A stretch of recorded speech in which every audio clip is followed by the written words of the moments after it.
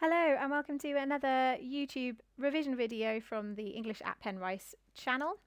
Today we're going to be having a look at creative writing with a particular focus on how you can use language features effectively in your own descriptive writing.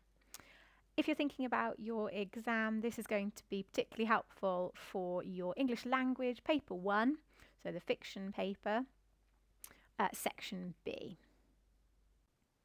Okay, let's start by having a look at the task for today. So we are looking at this photograph of the room with the rocking chair in the middle, the window, and we've been asked to write a description as suggested by the image. So just reminding you, it doesn't have to be exactly what you see in the photo, it's as suggested by the image. So if you pause the video now, you can have a really good look at that image, you can start to think about some words, phrases, methods you might be using to describe it. Maybe you can start thinking about what else you would like to embed in your description that might not be in there, but that's suggested by the image. Okay, let's start by having a look at what is going to be looked at when somebody is marking your extended descriptive writing. If you've forgotten or you're not too sure about how the marks are going to be awarded and what is going to be looked for, pause the video now and have a look at that criteria there. Okay, today then we are going to be focusing on the use of structural features in your description. So let's start by recapping the structural methods, the structural features or techniques, whatever word you like to use, that you can remember. So have a think about structural methods you might have used in your own writing prior to this. Have a think about those structural features that you might have analysed in other writers' writing. Pause the video, see if you can make a list of at least 10 structural methods. Okay, how many did you get? So there's quite a few there. If you need to, just pause the video briefly and have a look through them. If you're not sure of the meaning of any, take this time to pause the video and look them up on the internet. Okay then, so we are focusing on how to embed structural features in our writing. So where does that start? How can we make sure we do that really effectively? Well, it all starts with your plan. So we are writing an extended response. So we are going to start that with a plan before we start writing. As you can see in my plan, I've underlined some key elements, and these are the structural features that I've planned to include. So I'm planning to include beginning, hopefully, zooming in, foreshadowing, a flashback, some dialogue, and an ending that's going to take the form of a circular structure. Let's have a look at that in a bit more detail. So I've included a little bit more detail in each part of the plan. So the opening or the beginning is going to be a drop-in description of the cold room. There's an empty rocking chair in the middle, however it's still rocking. I'm going to try to include, a sense that the room is really chilly, quite drab, maybe there's rain outside the window at the very start. Then that second part of my description, I'm going to zoom in, as I'm going to imagine there is a figure. There's a woman all in black by the window looking out into the garden at the apple trees. I'm going to use some colour symbolism there, black often associated or symbolic of death, sadness, depression and grief. And of course this is going to be foreshadowing later events that the reader finds out as well. So that's my key structural feature in there too. Then I'm going to include a flashback. I'm going to describe a day in the previous week where the woman was actually climbing one of the apple trees and she fell really badly.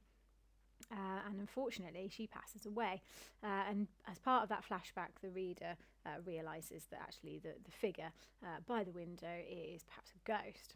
And then my one line of dialogue as part of that flashback is her saying goodbye to her husband as she takes her last breath. And then finally, I've planned for a key structural feature to be my circular narrative ending. I'm returning back to the cold room and it's now empty completely. The figure has gone, but the rocking chair still continues to rock, which suggests maybe some kind of ghostly presence. The woman is still there somehow. As I've said, I've underlined all of those key structural features today because that's our focus, how to embed these structural methods in our writing. You might also notice that I haven't forgotten to plan where I want to include some important language features too. So auditory imagery, metaphor, colour symbolism, simile, putting those in as well, just to remind myself that that's going to be a key element of my description.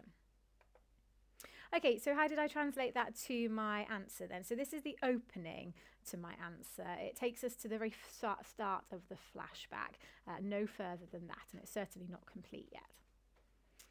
Rain pattered dismally on the window pane, echoing through the room. The grandfather clock ticked somberly, a metronome of sadness that kept in almost perfect time with the chair silently rocking. The more the rain tapped on the glass, the colder the room became. Darkness was closing in. Night was approaching. A hand rested lightly on the glass, now and again tracing the path of a raindrop as it descended. The hand belonged to a woman, shrouded in a black scarf that enveloped her, a dark shield protecting her against the chill.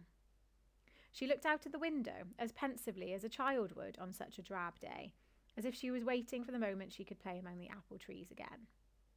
Just a week before, she had scaled one of the apple trees to reach the best fruit.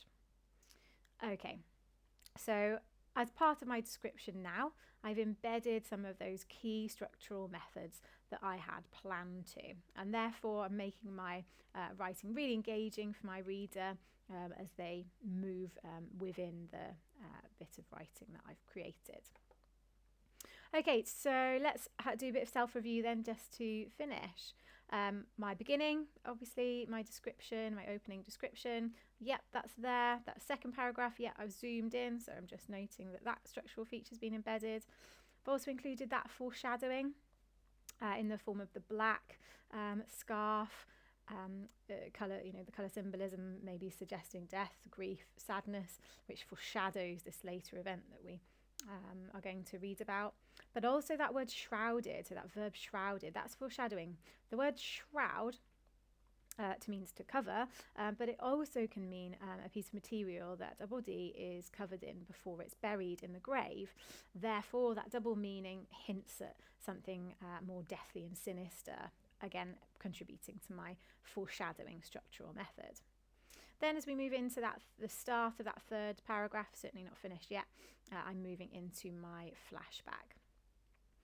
Not to forget, I've also self-reviewed my language methods, so they're in italics there, just to make sure that I haven't forgotten I need to use those as part of a really effective description.